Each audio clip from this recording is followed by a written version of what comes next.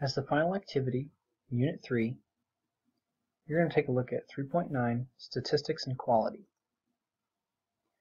Under the assignment 3.9, check the Resources tab and click on the following link for a sample spreadsheet that looks like this. This will be a place where you can record the data for 27 3/4-inch wooden cubes. You're going to be measuring the end grain of these cubes, and if you need to see how to do that, check out the other demonstration video under the Resources tab. You're going to need to record the end grain length for 27 wooden cubes, and then you're going to use Google Sheets to calculate the following data, as well as create a histogram to interpret your data. What I've provided here is some sample data to demonstrate calculations. You'll need to record your own data, calculate mean, median, mode, range, and standard deviation, as well as create a histogram and justify whether or not the histogram shows a normal distribution or not.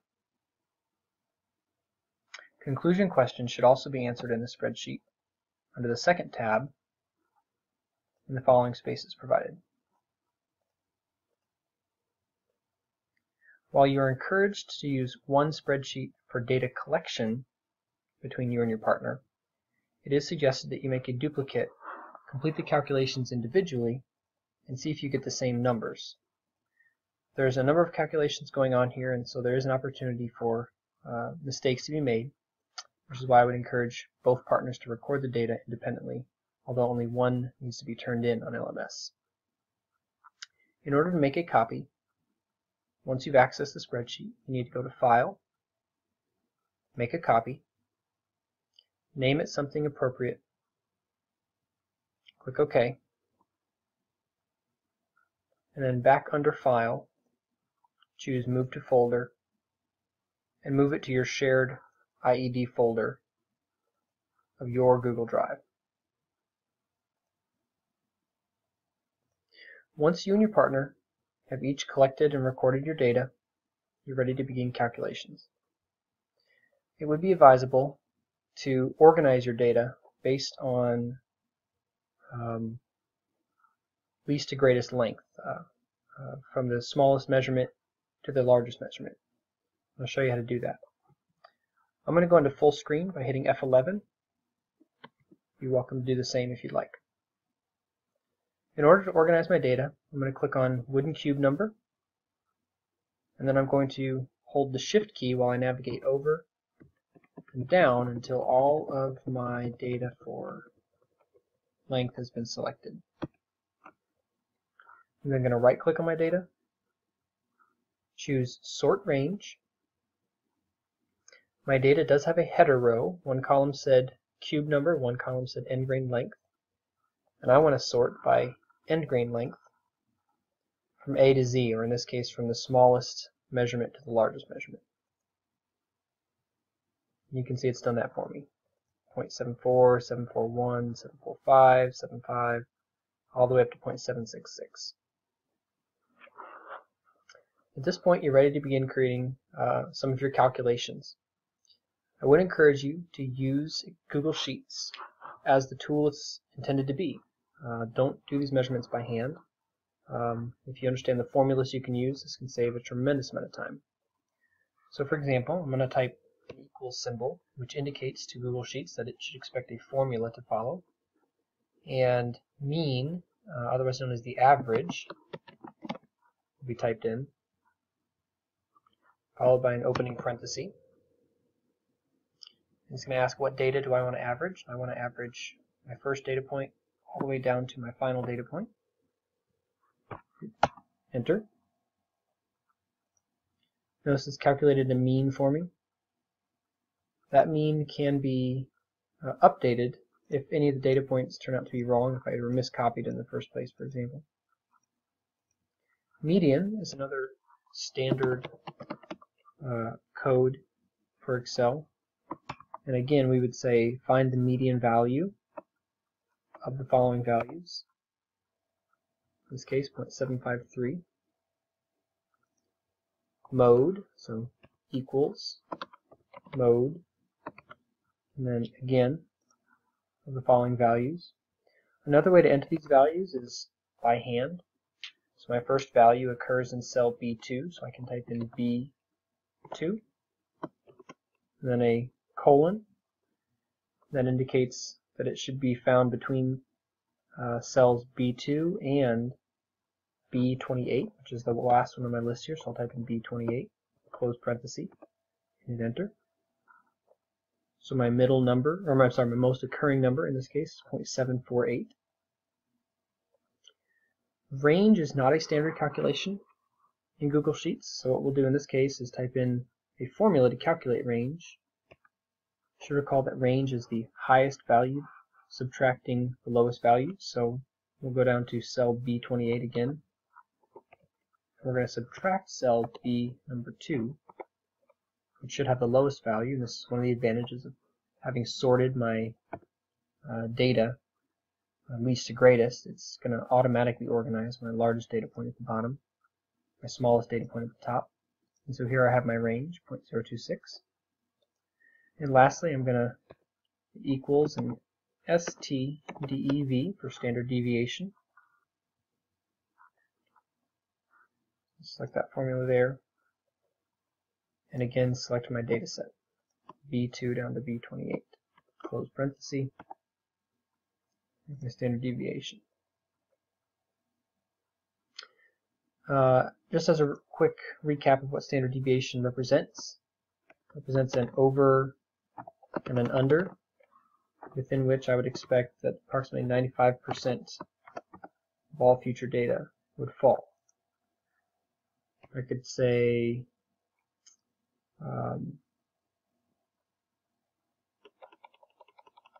my mean right here, 0.752, so that's cell E2, plus my standard deviation, which is in cell E6,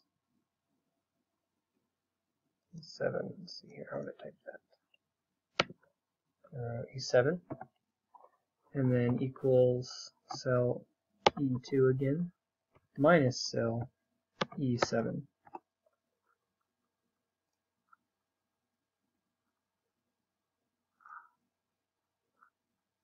And those numbers came out the same, so it should have been E6, looks like.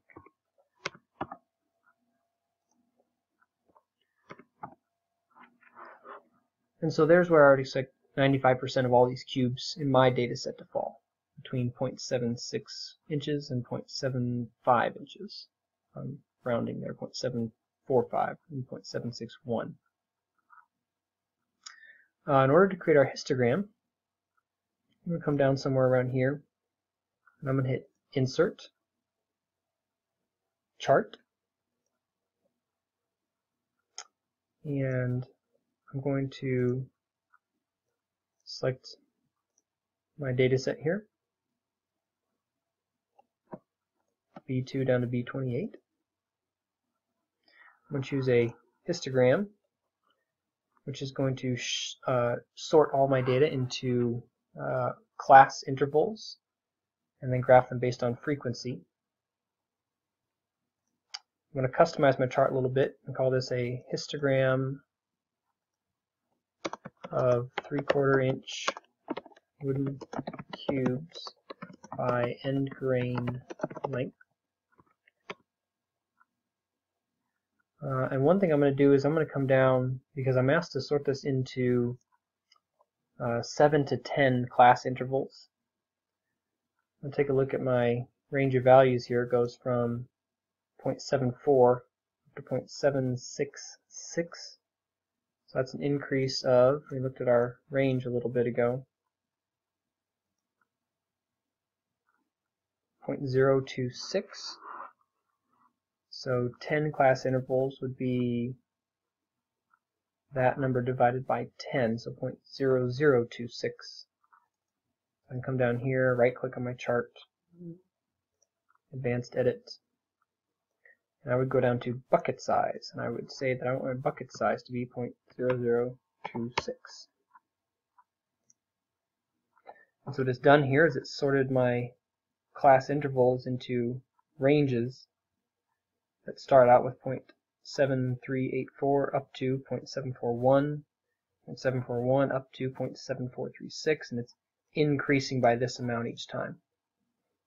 I can make that a little bit more standardized if I want to do 0.0025 or 0.03, because it does say 7 to 10 class intervals, so that's 1, 2, 3, 4, 5, 6, 7, 8, 9, 10. That gives me 10 right there.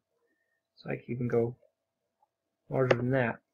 0, 0, 4, 1, 2, 3, 4, 5, 6, 7. So, but 7 to 10 is what it's asking for. So I'm going to leave that 10 class intervals right there. Horizontal axis should be given a title. So those are my class intervals. It's going to appear right down here. I'm going to ask for a horizontal axis, left vertical axis. That's going to be the number of occurrences. So how many times we have a cube that falls in that particular bin range, that particular class interval. And I'll hit update, and we can see my histogram appear right there. So you'll need to provide a little justification for whether or not this represents a normal distribution or not.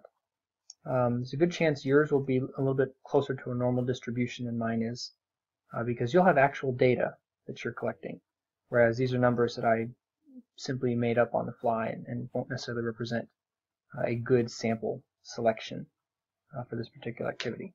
So a couple reminders as you work on this with a partner. You should each make a copy. All right. Reason being, there's a lot of room for errors in data entry here, so it would be best if you both put the data in. You should each complete calculations and then check with each other. If you get the same number, there's a good chance that you're doing things right. If your numbers are off by tenths or even hundredths, you're probably not doing the calculations right, and you need to figure out who's doing that right. But only one needs to be submitted. You've been put into groups on LMS, so as long as one of you submits an assignment, don't forget the conclusion questions, then it'll be checked out for the both of you. I'd encourage you to share this document with your partner. You can type in your partner's name here so that you could access it and work on it simultaneously.